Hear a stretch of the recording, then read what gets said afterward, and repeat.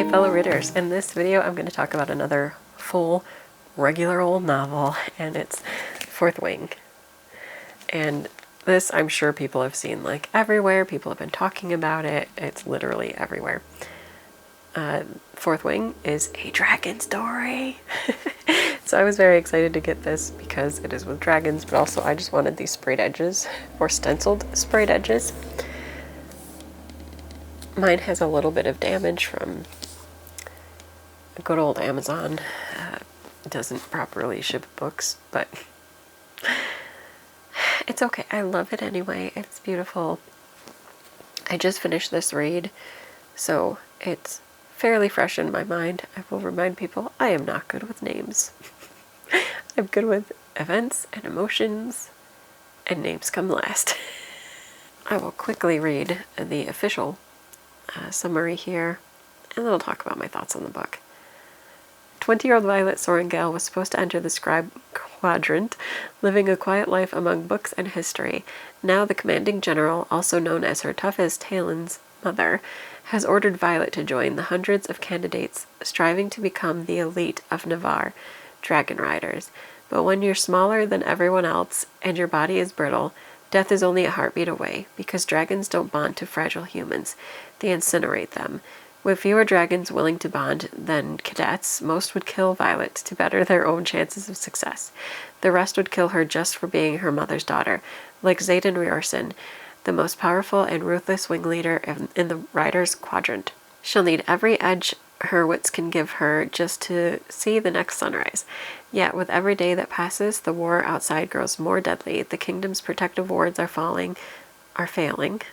The kingdom's protective wards are failing, and the death toll continues to rise. Even worse, Violet begins to suspect leadership is hiding a terrible secret.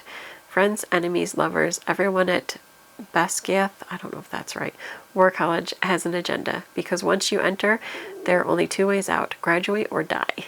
So this is going to be a series. This is volume 1, and it is fantasy romance. So a lot of reminders in my mind, like just like flashes of like Throne of Glass or Shatter Me, had remnants of that, but like maybe age up a little bit, I guess. Like some of the content gets a little more graphic than those books, if you catch my drift.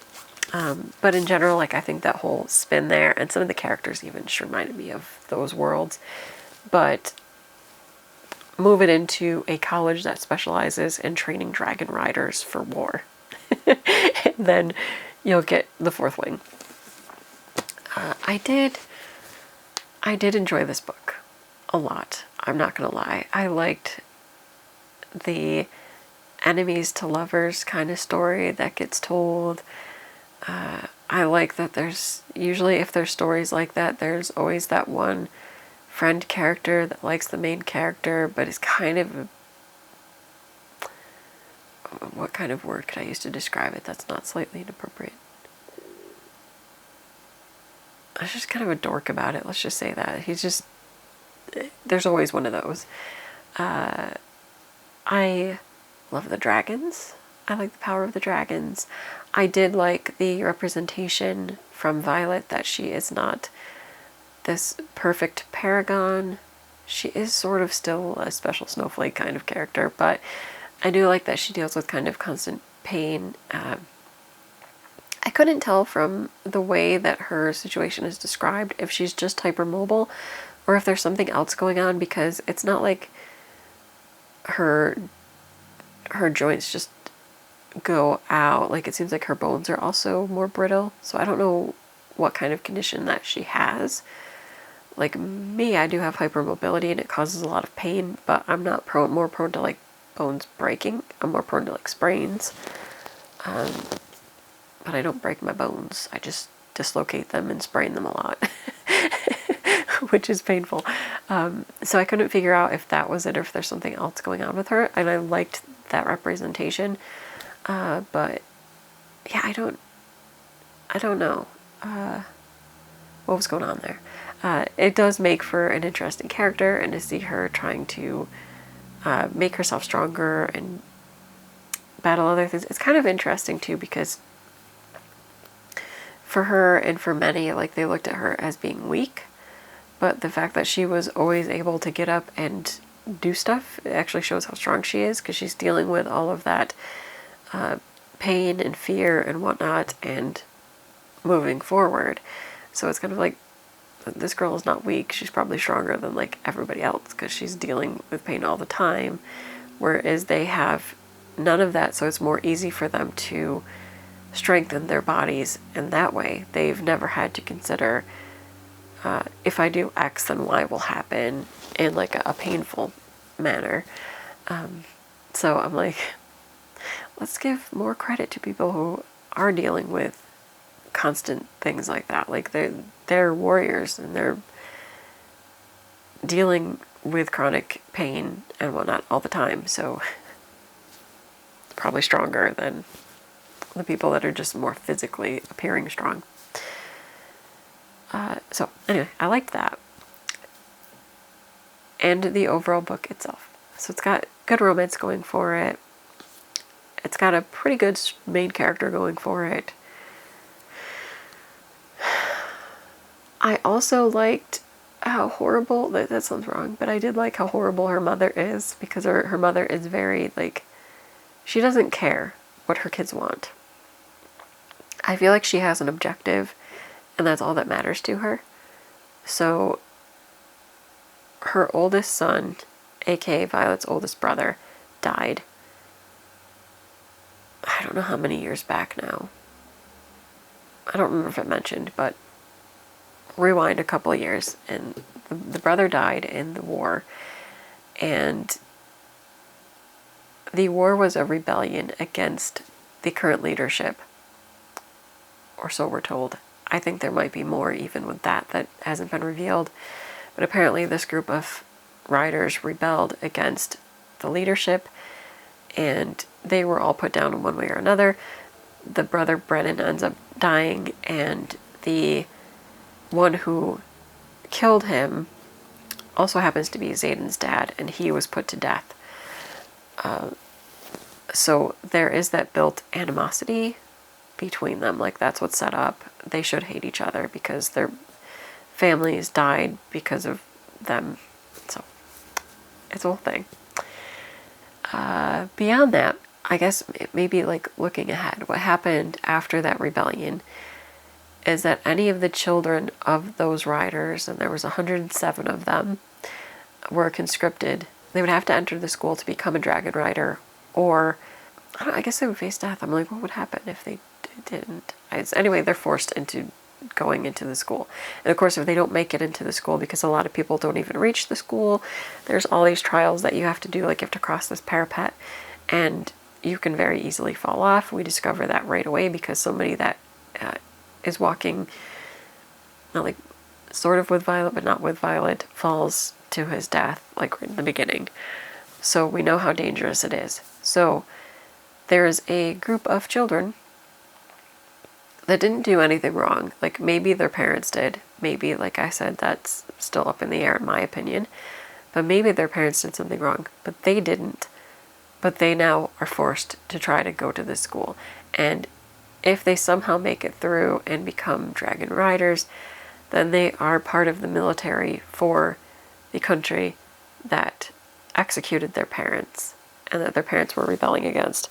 And they're sent to the front lines to die. So one way or another, they're not really given a free opportunity at life, which I get that they feel like there's more of a chance of the children rebelling, especially as an act to get vengeance for their parents. But also, that seems like a very poor way to deal with this situation, because a lot of people would be opposed to you sending children through such horrible things when they haven't done anything wrong.